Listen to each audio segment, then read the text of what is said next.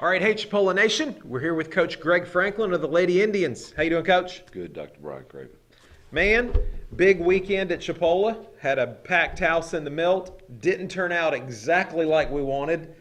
Tell us what's going on now in the conference race.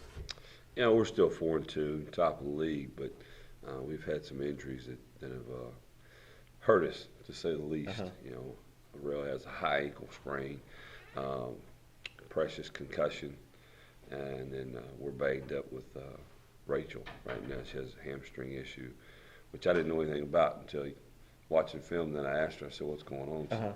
She just gave me a blank stare, so I knew it came back. But then my assistant coaches told me that there's something going on there. Good gracious. So banged up at the wrong time. Yeah. But hope we can get healthy and we can do something with it. Okay, so right now we're 4-2, and Gulf Coast is also 4-2? Yes. Okay. And who do we play Wednesday? We have Pensacola coming in here, which is Pensacola's a hot team. Right now they beat Gulf Coast in their last game at home. So they have a three-headed monster that's awful good that we'll have to defend. But right now, you know, we just eyeballing healthy. Yeah. Healthy. Right. That's the key word right now. Exactly.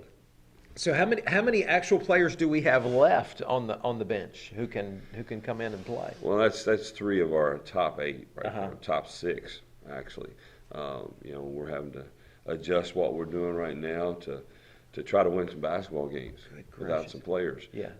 So you know, we're putting different tweaks and things like that to put people in spots where they can be successful. Newcomers that hadn't had a lot of minutes throughout the whole year. So it'll be interesting, you know. That's why they have a head coach, assistant coach, and another assistant Exactly. coach. You got to figure some stuff out. You know, Coach, you're a master recruiter, and you bring in a lot of talent. But it sounds like you're going to have to do some coaching here in the middle of. I thought I was going to be able to get through the year without doing that. That's incredible. But yeah, it'll be interesting. But you know, it's like we said, next person up. Let's go. That's right. That's right. Well, Coach, y'all are putting a great product on the floor, and it's very, very exciting. Have you ever seen the conference have this much parity from top to bottom? You know, I had somebody,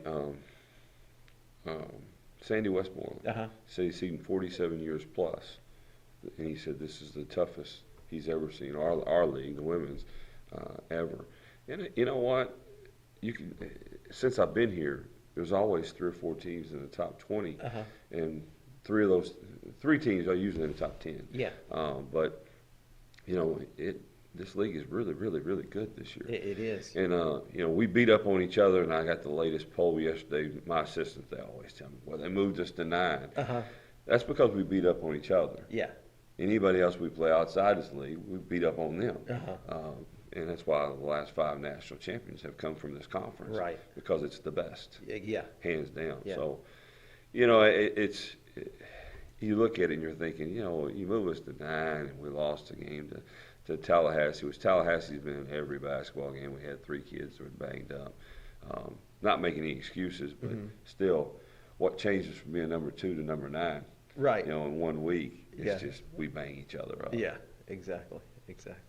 Well, Coach, what else you got going on? What else we need to talk about? Well, we've trying to do a little recruiting. You know, we'll probably have to bring about 4, 5, 6 in next year. You know, I love when I walk into the office and my assistants start chirping in my ear about players and things like that. That's always a good thing. Yeah. You know, I guess my dad used to tell me shaving and recruiting are 2 things you got to do every day. Well, I forgot one. I'm going to try to do the other one really, really good. Well, Coach, let's talk about some of our players who are playing in Division I this year. Any of those doing good work? Barbara Johnson, by way of Ole Miss, is now at Seton Hall. She's doing really well. I hear a lot of chatter back from them about how well she's doing. Tay-Tay's down in Central Florida. Right. She's doing pretty good. I've seen her on TV a couple of times. You know, Lyric is doing an unbelievable job at Delaware State. And they've a good team, I mean, in that league. I think that, you know, she made the right decision, a fit for her. You know, she had other people recruiting her, but I think it was a fit for her. And when people are getting recruited like our kids right now, you know, I'm not saying that a Power 5 school is not the wrong choice. I'm saying you got to go into it and say, what is the right fit for me? Exactly. You know, does this coach jive with the way I want to be coached? Is this a level where I'm going to be able to excel and win a conference championship? We look in the recent years, and you look at who's winning those national championships. Who you got? South Carolina, UConn, Notre Dame. I mean, so Mississippi State's in that discussion, but you know, it's a top-heavy NCAA women's basketball leagues. So when you start looking at, can I win a conference championship if I go here? Am I going to be able to play in the NCAA tournament? I look back at Rosemarie Julian, which played for Florida Gulf Coast. Man, she had tons and tons of people by the end of her sophomore year, from all the way to BCS to what they say is low D1, mid-level, mid-major plus. And I thought she made an amazing decision to go to Florida Gulf Coast because that fit her. And she was one of their top players for the whole time she was there. Yeah. So I mean, it's all about the fit. When our kids start to get recruited now, I look at them and they're starting to say, well, this school called, or school X called, or school Y called. Right. I'm going, yeah, but you know, I really don't get involved with it unless they ask me. And you know, even then, I just try to play devil's advocate. And you're going, well, okay, have you to have your major?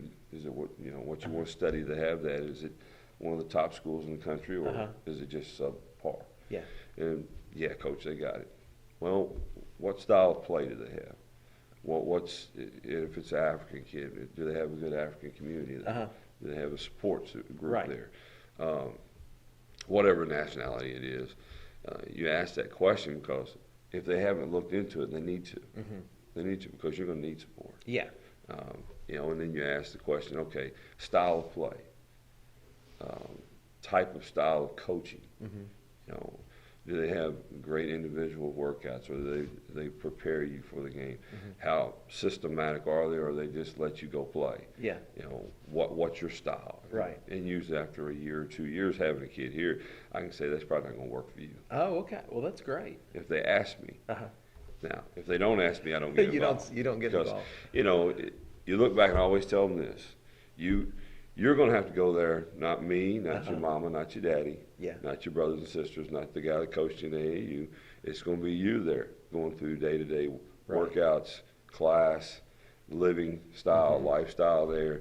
It's going to be you, not us. So you need to make that decision with your own mind. Exactly. Not somebody else chirping in your ear telling you this is the great decision. Because nowadays it used to be that, you know, women's basketball, when I first started coaching women's basketball, it wasn't, you know, a money maker.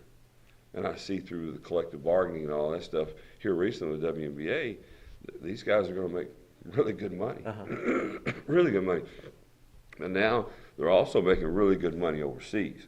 So there is a I guess a incentive for people to want to be involved nowadays. Right. So not so much when I first started, because men's it was just always, you know, there's an incentive there. Yeah, right. Get involved, hang on, and maybe I get something out of this. Now women are making really good money. Yeah, that's great. And it's changed a lot.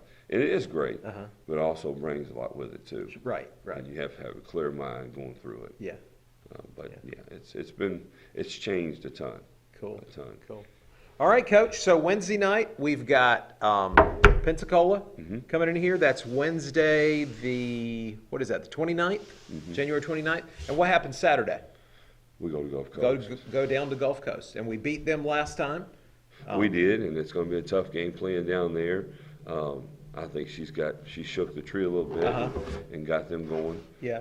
You know, I think that maybe she had to come to Jesus party with them.